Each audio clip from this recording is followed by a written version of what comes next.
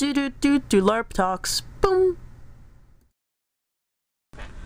Hey guys, it's Nana again. This week's topic is how to look super cool at your game without spending $1 trillion. I'm going to be talking about where you can find your own awesome gear and how to make your own costuming from everyday clothing. Unfortunately, I don't have many examples because today is the day that I do laundry for my LARP costuming, so I will try to explain it the best I can. The first place you look for costuming options would be your closet. You should be looking through the corners and the nooks and crannies and all the boxes of clothes that you don't use anymore and pulling out anything that might look good for your character. While you're doing this, be thinking about your character and what direction you want them to go in. If you're playing a character who likes dark clothing, who's like a rogue who sticks to the shadows, then I kind of want you to pull out all those black clothes from 7th grade. You know the ones I'm talking about. And once you have a good selection, or base clothing as I'm going to call it, you can move on to the next step, which is thrift stores.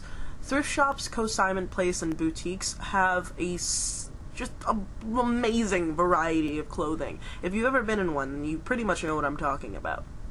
Long forgotten coats with fur trim on the hoods can now have that fur cut off and used to be made that cool trim on your bracers, or possibly just a pelt hanging from one of your belt loops. That really tattered kind of trench coat thing in the corner is now a wonderful traveling cloak for your character. It might seem daunting at first, and you might think that you're not going to find anything for your character, but trust me, you'll find some pretty awesome things in thrift stores. And on the downside, if you don't find anything that you think is useful, the next step would be going to Walmart or Kohl's or any sort of department store that has a really eclectic type of clothing, as well as things that have sort of a demographic, sort of like these places called Rainbow and other things, or Forever 21. It's pretty much geared towards a certain type of clothing, and if you think that your character is going to go in that direction, I recommend going for it and just seeing what you can do. Modifying clothing comes in handy a lot in this process. I've had this happen to me where I found the perfect top, like the absolute perfect texture and composite, everything was amazing, and it was too big for me. So, modifying clothing does come into handy a whole bunch, and if you don't know exactly how to sew or how to modify clothing whatsoever, ask your parents, ask any well-read adults, ask people at your LARP, actually, if they have any tips or tricks for how to make that certain clothing not as big or not as small, or add gems or charms or like little tiny things to your costuming whatsoever. Accessories go a long way, especially when you're thinking about what direction you want your character to go in. And if you still can't find what you're looking for in your own closet or thrift shops or Walmarts, the next step would be go to online stores like larping.org, Etsy, medieval collectible, and yes, it might be a little bit more expensive, but at the same time, LARPing is an investment, and you want to be able to use this part of armor for all the characters that you're ever going to use in your entire lifetime, and you're going to want to use that skirt for alts 3, 5, and 6, and you know, it's a really good feeling to know that you have this quality thing. So, while I am teaching you how to LARP on a budget, I do want to stress the fact that if you buy something really important and really expensive, it's most likely going to last you your entire LARPing career. So now you've got your base clothing. You have your top, your bottoms, your slacks, your skirts, your jacket, your belt, you know what you're going to do with your hair, and that's all good. You're good on your bases. But adding accessories is a little bit tricky. Especially when you're coming in as a first level character, you really don't know your way around the game yet, you don't really have a personality that shows on you yet. The fun thing about costuming is that it changes with the development of your character. So say, you know, going back to what I said before, you've got your streamlined rogue. She's fresh off the boat from thieving school, and she's sleek, she's completely dark.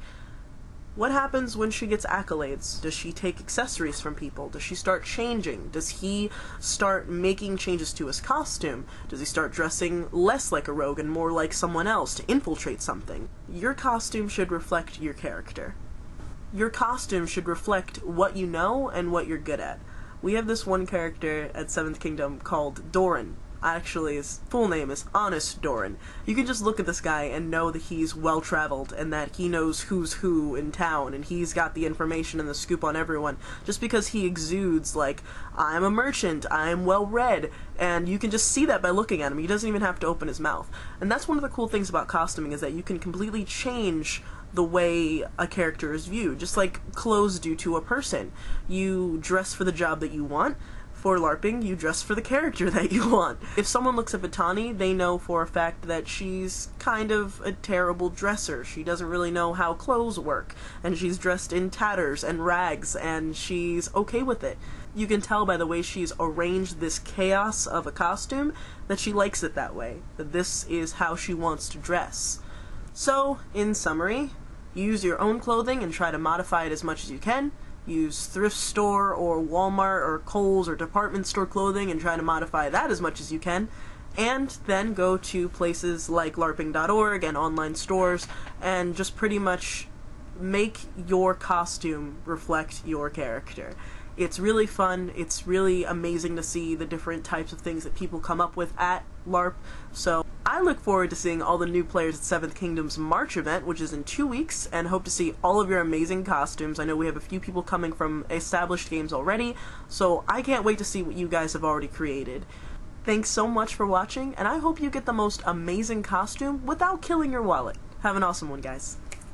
I almost forgot. You should also really look onto your LARP forums or LARP website or anything like that where players meet up and see if any players that actually go to the game make things already, and just give them money to make you things, and everyone will be happy because then you'll already be making connections to a game that you don't already go to, and it's just the best thing you could ever do. Okay. Alright. I got that out of my system. You guys have a wonderful day.